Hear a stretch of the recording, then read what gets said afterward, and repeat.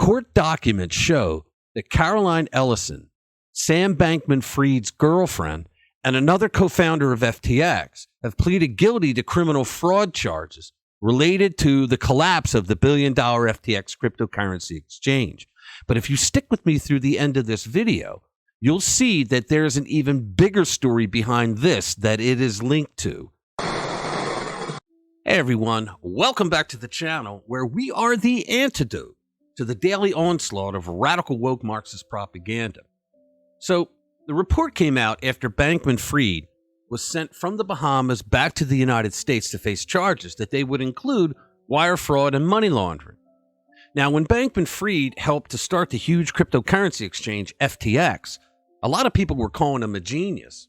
He hid what he was doing by saying that he was making all these billions of dollars to give it away to charity. He even went out and hired a bunch of social media influencers, and he hung out with members of Congress and people from Hollywood, and he got them all to say what a great altruistic guy he is, and that he didn't get into the world of finance to make money for himself, but because he's such a great guy, he wanted to help other people. Now his girlfriend, Ellison, was the CEO of the hedge fund called Alameda Research, and that was privately run. Bankman-Fried is accused of moving billions of dollars from FTX to Alameda illegally and without telling his investors.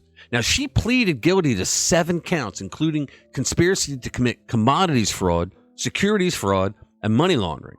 For those 7 charges, Ellison is looking up to 110 years in prison.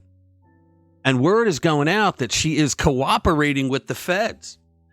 Gary Wang is one of the people who also started FTX, and he pleaded guilty to 4 charges, including conspiracy to commit wire fraud and conspiracy to commit commodities fraud.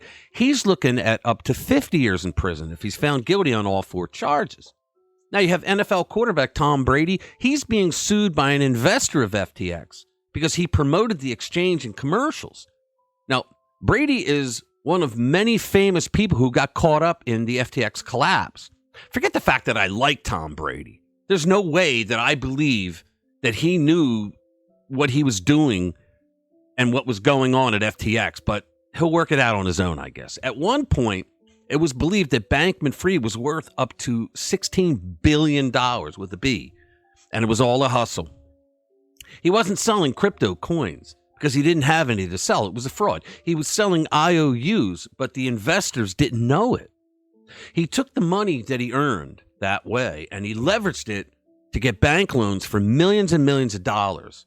And then he sent that money over to Ukraine and did it very loudly. He's helping the people of Ukraine. And then somehow, by miracle, he got the Ukrainian government to invest in FTX in the middle of a war. And then the story goes that he used that money to fund all the Democrats' midterm campaigns. Now, here's the added part that a lot of people in the fake news industry are not going to tell you right away until they figure out how to help the Democrats with the story, okay? Though the story is coming out now that Ellison pled guilty and is cooperating with the feds, Benny Johnson on Twitter revealed that the FTX executives were pleading guilty to fraud a year ago in federal court, and that the scam was allowed to go on through the midterm elections so the fraudulent money could be laundered to Democrats to win. Oh my goodness. So here's the document to prove it.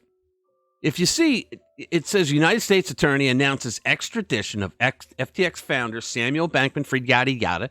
And it was printed on December 22nd. Okay.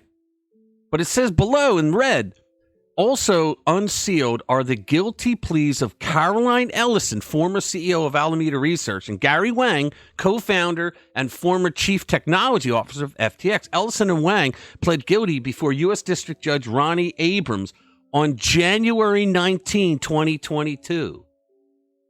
These scumbags allowed this fraud to go on through the year to November for the midterms. People, this is one of the biggest political scandals in history. We had 2020, then we had the COVID and all the misinformation about all of that. But this is how a political party that went Marxist was going to lose the midterm elections royally, and how they allowed a fraud to continue to benefit themselves politically and economically in the 2022 midterms.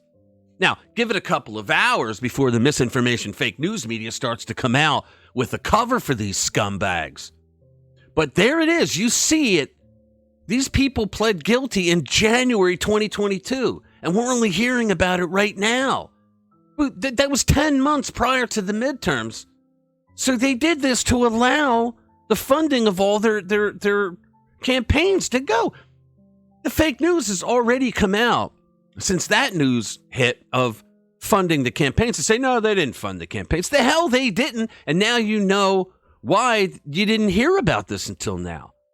These people are neck deep in corruption. I can't wait for all these things to fall. It's going to be a hell of a year, especially when the Republicans take over in the House. They're going to do investigations on this, folks. Mark my words, because this has implications all the way up to the White House.